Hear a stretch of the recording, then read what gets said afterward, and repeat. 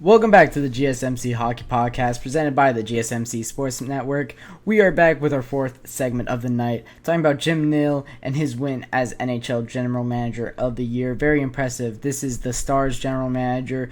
This is the team he built to get them all the way to the Western Conference Finals, only being put out by the Edmonton Oilers, and it's the Edmonton Oilers, so cut him a little bit of slack there. Very impressive what he's been able to do, the roster he has been able to assemble. But the biggest part of Jim Nill and the roster he was able to assemble has been through the draft, really. They put a lot of focus in the draft, and they have hit on a lot of players mid in the first round and late in the first round. Wyatt Johnston was selected 23rd overall in the 2021 NHL draft. He has been absolutely amazing, led the Stars in goals at 32 this year. And he was third in points at 65 for the Dallas Stars.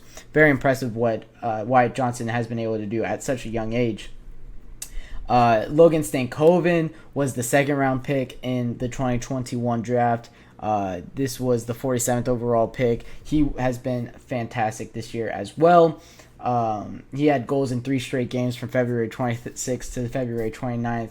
And was the 5th Stars rookie in the past 5 years to record a 3-game goal streak. Logan Stankoven really came alive in the playoffs as well, led the playoffs in rookie scoring, and then he also put together a fantastic roster that has seen Jason Robertson really flourish, that has seen there was a bug, that has seen Joe Pavelski be able to be very comfortable on this team. But it's also trades for Jim Nill. Looking at his trade history, he got Evgeny Dadonov for Denis Gurianov at 50% retained at the deadline last year. That proved to be a very good. That proved to be a very important pick, as Evgeny Dadonov has been a mainstay in this Dallas Stars forward group for the last 2 years. He has also been able to get. He got Max Domi last year for Anton Khudobin. That was a really good get for the Dallas Stars at the time of that deadline. He played a very key role for the Dallas Stars in last year's playoff run. And now, of course, Max Domi did leave them for free agency, but you can't win them all. And then it was a great trade for Christopher Tanev this year, who was a very mainstay in that forward group. But for this team, he put together a very impressive forward group, and we talk about the mix of veteran and young guys in this team. Jason Robertson, Rupe Hintz, and Tyler Seguin. That first line has a young guy, has a 26, 27-year-old, and then has Tyler Seguin, who is a veteran. Mason Marchment, Matt Duchene, Joe Pavelski. That would probably be your most veteran line. Joe Pavelski, of course, retiring. He won't be there next year. But that third line, Jamie Benn, Wyatt Johnston, Logan Stankoven, is such an exciting line. Whenever Wyatt Johnston and Logan Stankoven are on the ice together, they play very well, and they did play very well together this entire year. So, impressive line right there. And then it's Maverick Bourque, Sam Steele, Evgeny Dadonov for the fourth line.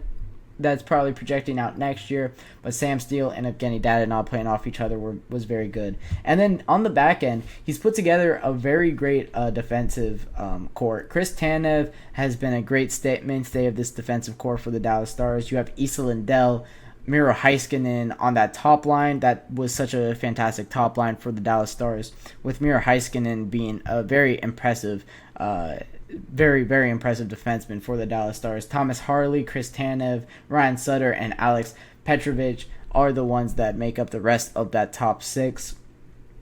Thomas Harley was a fantastic get. I believe that was the 2020. I want to say that was the 2021 draft as well for Thomas Harley. So a very great draft that was for the Dallas Stars and for Jim Nill. And then all of these played together for a fantastic special teams. And then Jake Ottinger is a fantastic goalie that they saw come into his own right through Jim Nill's general management. But for the Dallas Stars, known team to not really be a perennial winner, has been put into a position where they win a lot of games and were fantastic throughout the regular season. So for Jim Nill winning this award, it absolutely makes sense, and it's absolutely deserving. His signings and free agencies of the past few years and everything that he does, this is now his second General Management of the Year award, awarded to Jim Nill. Over Jim Nill's tenure that stretches back to 2013, if I'm not mistaken. They are 455, 301, 107. They made the playoffs in 7 of those seasons, in 13, 14, 15, 16, 18, 19, 19, 20, 2022, 2023, and 2024.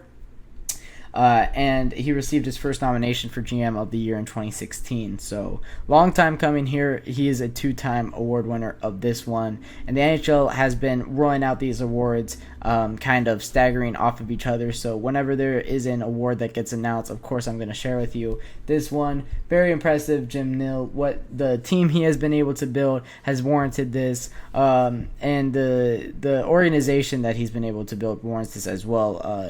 From head coach all the way down.